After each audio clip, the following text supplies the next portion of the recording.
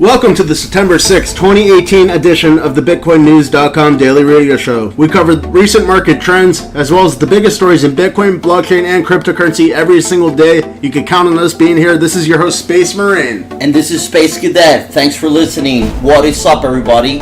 Bitcoin is at $6,500 this time of the evening. Space Marine, take us. Affirmative, Space Cadet. Bitcoin's had a pretty bad fall since our last show. It was around $7,000, maybe $6,900 during the last show. And before that, on September 5th, Bitcoin was $7,400 quite steadily, and it rose all the way from $5,800 in the middle of August to $7,400. But then on September 5th, it dropped all the way down to $7,000, and then it kept on dropping to $6,900, and then it dropped a lot again, even more than the first drop, all the way down to $6,300. But it really was only at $6,300 for like a minute or something. The low is really $6,400. And then over the past day, here on September 6th, it's been rising slowly. It rose $100 over the course of the day to $6,500. And right now, Bitcoin's price is a lot closer than before. Like, it's $1,000 closer than before because it hit like $7,400, $7,500, now it's $6,500. We're within about $700 of the real bottom support level. So this might be a good time to buy. It seems like long-term Bitcoin has been hitting the $6,000 support level and then bouncing back off of it. And 1,500 is the real bottom support level. Like 6,000 is about the support level, and then 1,500 is as low as it's been in 2018, like a couple times. So this might be the low for right now, but it probably will drop even more, all the way towards 6,000. That's my guess. And this follows the long-term trend of it rises. Like it rallied to $8,500 in late July. And then it dropped to $5,800. Then it rallied to about $7,500 just recently, and now it's dropping back towards $6,000, maybe $5,800. But right now, in general, is probably a good time to buy. Long-term experts still think Bitcoin's going to go up to $100,000, and then maybe even $1 million. Like we keep mentioning it. John McAfee says he's going to eat his Oscar Mayer wiener on national television if Bitcoin does not hit $1 million in like 2 years. So maybe he's a time traveler, maybe he's totally insane. I hope the best for him. Now for our first story. Bentley, Bugatti, and Rolls-Royce dealers becomes first in the United States to accept Bitcoin. Space Marine. Affirmative, Space Cadet. Post Oak Motor Cars, which is a luxury car dealership in Houston, Texas, has become the first Bentley, Bugatti, and Rolls-Royce dealer in the USA to accept Bitcoin. And they also accept Bitcoin Cash. And this is another milestone for Bitcoin's worldwide adoption, and another indication that Bitcoin can be used as a currency to buy or sell basically anything.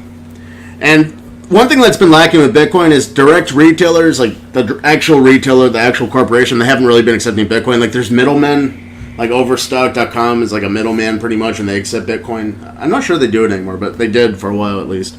But there's all sorts of middlemen, so you can buy anything in the world with Bitcoin or any service with Bitcoin, but you have to usually go through a middleman.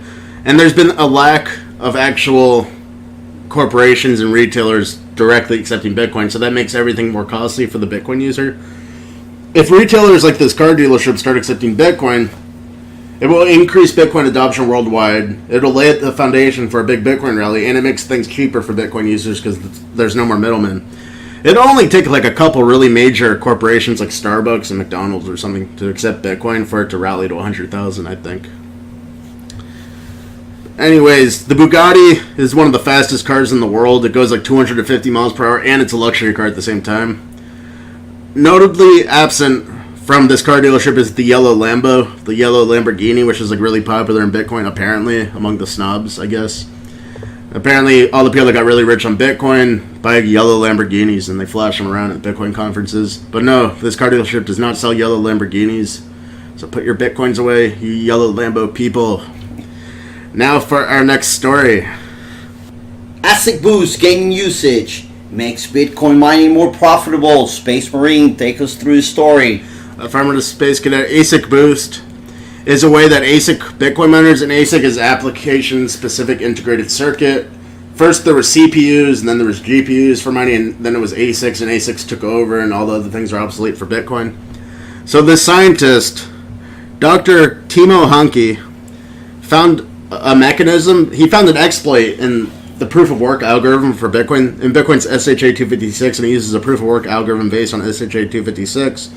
And that's how you mine Bitcoin. You have to calculate cryptographic hashes until you get the correct hash. You basically cryptographically hash all the transactions, put them together, and put into a block. And if you find the right hash for that block, you get Bitcoins, lots of them.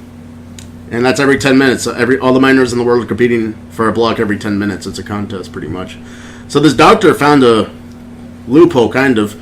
He basically found that there's a systematic thing of redundancy in the mining mechanism. So he found a way to code the miners so they're 20% more efficient. He's basically removing redundancy because there's certain ways that you can eliminate possibilities. Like, for example, like if you know the inner workings of SHA-256 proof of work, you can know that some of the outcomes that you're calculating just aren't possible at all. So it's about 25%. He eliminated about 25% of the things people would normally have to calculate because he found that 25% of the things people usually have to calculate just aren't possibilities. So that makes ASIC miners for Bitcoin and mining in general up to 25% more profitable, but they quote about 20% just to be safe, to be conservative. So this really does make mining 20% more profitable for Bitcoin. So besides all the technical details, that's all you really need to know. And so AsicBoost is being tracked by AsicBoost Block Explorer, and it's been going up consistently. In March 2018, that was the first time any block has been mined with AsicBoost. This is like relatively new. So in March 2018, the first miner used AsicBoost and they actually found a block with it. And then it was very sporadic for months. But then it started rising consistently. Like more big pools were using it. Right now, Slush Pool, F2 Pool, and Ant Pool, all pretty major pools, are using AsicBoost. And now it's 4 to 6% of all the Bitcoin blocks are found with AsicBoost. And it's going to keep rising. The chart's like going up. And now that it's found to be a profitable mechanism, otherwise it wouldn't be growing. It's obviously profitable. So it's going up in use. And I think eventually it's going to overtake the whole Bitcoin network. It'll go to like 100%. Because anyone not using AsicBoost is going to be at a serious disadvantage. Because people using AsicBoost are 20% more profitable. They find the blocks 20% faster. It's that simple. So anyone not using it's going to be pushed out. So everyone's going to start using it soon. Like right now it's already reaching a critical point where it's probably going to like balloon. So it's good to know about this now. Because if you know about it now, you know about it when 95% of the Bitcoin network isn't using it yet. And you could be one of the first ones to make more profits. But if you wait a few months, it'll probably be like 95% of the Bitcoin network uses it. So this is the time to jump on AsicBoost. I don't recommend anyone mine without it. There is some controversy surrounding it though. Bitmain was creating hardware because AsicBoost is a software thing, but Bitmain went even further and created hardware that had AsicBoost in the circuits. So that was even faster. It was like maybe like the full 25% because they did it in the hardware too. But then Bitcoin implemented segregated witness as a scalability solution. Segregated witness increases block size to an average 1.2 megabytes from the 1 megabytes before that. And here's the thing. Segregated witness makes it so AsicBoost does not work in the hardware that Bitmain created. It still works for the software, but the hardware that Bitmain created immediately became obsolete when Bitcoin changed to segregated witness. But of course, this didn't happen all at once. There was a huge battle over segregated witness called SegWit. There was a huge battle. People that wanted to stay with Bitcoin wanted segregated witness, and then a whole part of the community split off and made Bitcoin Cash. So Bitmain was right in the heat of this battle because they're creating all these chips that couldn't handle segregated witness. So then Bitmain got very adamant about Bitcoin Cash. They actually invested like all their Bitcoins into Bitcoin Cash, and that's gone very poorly for them. They've lost $400 million in 2018 from investing in Bitcoin Cash. They took like all their Bitcoins that they've been mining and put it in Bitcoin Cash and lost $400 million. Because they were very adamant, and this might be the reason, because they were creating all these circuits and chips for AsicBoost, and then they didn't work for Bitcoin anymore. So they wanted to give Bitcoin Cash a pump with the money they had, so people would mine with the new chips they had. It ended up being a huge loss and not worth doing. But that's the controversy, but it doesn't really matter, because AsicBoost does work, even with software, and so people are using it on the Bitcoin network right now, regardless of segregated witness. It's just the hardware chips that Bitmain did develop don't work, and I don't think hardware is possible to develop anymore, or Bitmain wouldn't be doing it for Bitcoin, and they wouldn't have went through the trouble of backing Bitcoin Cash just so their chips aren't obsolete. But yes, the chips that Bitmain does make for AsicBoost, they work with Bitcoin Cash, at least. Now for our next story. CNBC Reverse Indicator proves accurate for recent Bitcoin crash. Space Marine. Affirmative, Space Cadet. There's a joke going around on Reddit, and it's called the CNBC Reverse Indicator. And basically what Reddit is saying, and Reddit's like a big community in general, but they have a huge cryptocurrency community too. And they're saying everything that CNBC says, because CNBC runs a Bitcoin segment and a crypto segment, and they make forecasts like every day for the price. They say whatever CNBC says is completely opposite of reality. So if CNBC says buy, you should sell, and if CNBC says sell, you should buy, that's the reverse indicator. It's obviously like a total stab at CNBC. But it totally worked, at least this one time. So CNBC issued a forecast on August 28th that said Bitcoin's going to like $8,000, and then it crashed all the way down to where it is to $6,300. And it was funny because their chart said the target's $7,900. That's where they expect Bitcoin to go to. And they said you should buy it at $7,000. It's going to $7,900, and then they had a stop loss at $6,300. So it crashed all the way to their stop loss, and then that's basically the point where you're supposed to sell. So it's like it crashed to the point where you're supposed to sell completely instead of going up. So the reverse indicator was right. They were completely wrong in the forecast. So the jokes were abundant on Reddit. One person said the prophecy was fulfilled. Another person asked, so all I need to do is follow CNBC and always do the opposite? And someone else said, yep, you'll win 95% of the time. Another person said about 3 weeks ago they had a guy on there who said Bitcoin will go close to zero. And someone else said, so we need that guy to present every day at CNBC. So I think it's very hilarious. And I don't know if there's anything to this CNBC reverse indicator besides like people choosing the right moment to be like, okay, they were totally wrong. But maybe there is something to it.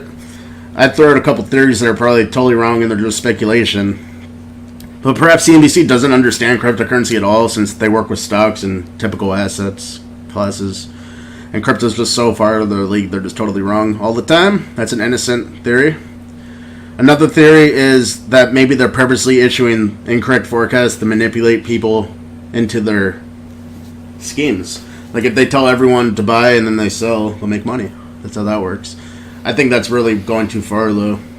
So it could be speculated, I'm sure other people are speculating, but there's no way to prove that. A study has to be done to see if the CNBC reverse indicator is a real thing, and it would be good if someone did the study, if they actually took every CNBC forecast and did the verification, and see if they're really wrong. And so, like, usually, the way you would do this is, like, if they're right, there'd be 100% correlation. If they're wrong, it's, like, negative 100%. That's how that works. So, if there's any sort of negative correlation, that means the CNBC reverse indicator is a true thing. So it'd be really interesting to see that, and also kind of hilarious if like the biggest mainstream site tracking Bitcoin and making price forecasts is like wrong more than right. So I hope someone does that study.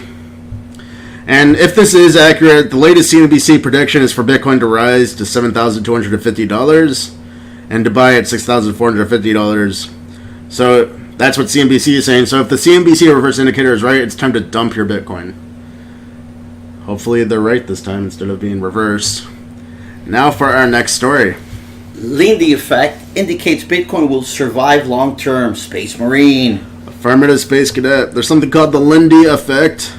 And this reminds me of this girl in college named Lindy who drank way too much all the time, but that's not about her. It's an actual economic theory that the life expectancy of a non-living thing is proportional to its current age, which basically means like if something survived this long and it's not a living thing, like if it's a living thing, it's going to die at some sort of age. But if it's like the computer or the internet or Bitcoin and it's survived a period of time, it's going to at least last that much longer.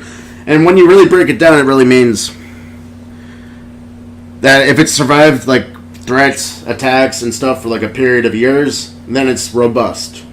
And then you can look at it scientifically too.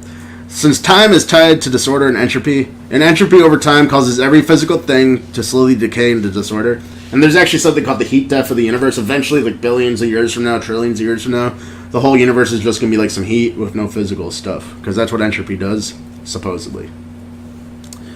And so Bitcoin has entropy too, and it comes in the form of government regulations, exchanges getting hacked, the code getting hacked, fighting in the community. So there's all sorts of attacks and bad things happening to Bitcoin, but it's survived these things for 9 years now. So that means Bitcoin is robust, and even with a tremendous amount of entropy occurring, Bitcoin is surviving. And so that means it's robust, and the factors that are making Bitcoin grow, the increase in Bitcoin demand, because Bitcoin is cryptographically secure, decentralized, efficient, and instant, and a really excellent currency in general, so more people are using it. That factor is pumping more energy into the Bitcoin system than the energy being taken away from all these attacks. And that's all there is to it. So it's like a really scientific way to look at Bitcoin. You know, there's more energy going into it than going out of it. And that's the Lindy Effect saying, hey, if there's more energy going into it than going out of it and it's lasting so long, it's going to survive for a long, long time. It'll probably survive the rest of our lives at the very least. probably over 100 years or way more.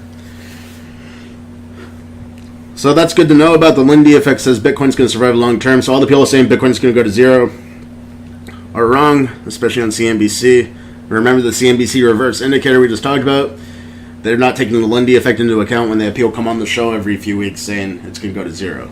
They're just ignoring fundamental science, and they're, maybe they're doing everyone a favor because now everyone's going to know about this reverse indicator. No, Bitcoin's going to go up every time they say it's going to go to zero. Now for our next story.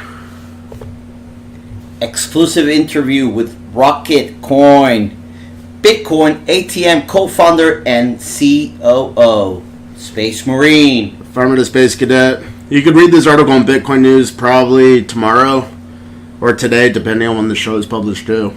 It's going to be on the next day from when this show is published. And I interviewed the COO, Ben Phillips of RockItCoin. And this is one of the biggest Bitcoin ATM providers in the United States. It's the Bitcoin ATM I use. And I started using the Bitcoin ATM because Coinbase actually froze my money once. And I needed it to pay rent for a motel. And if you're in a motel and you don't pay the rent, you get kicked out. Even an hour later, police will be at your door kicking you out. And if you don't go out with them, you go to jail. So Coinbase put me at the risk of being on the street with my wife, etc. So I needed something better, so I went to the Bitcoin ATM for the first time. I went to a RockItCoin ATM, and it was the only one in the area that had two-way. So most of the Bitcoin ATMs are one-way. You can put the money in and get Bitcoin out. A two-way means you can put Bitcoin in also and get the money out. And so this makes it a great cryptocurrency exchange that's fully functional. And for example, if you're paying in Bitcoin like me, you can go to this Bitcoin ATM and get the money you need for food and rent. And in addition to that, they have limits at KYC, know your customer, like everyone else, and they actually require a full verification process if you're withdrawing over $750.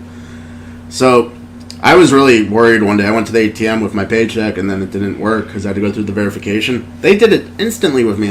It took 10 minutes. It was a person doing it with me.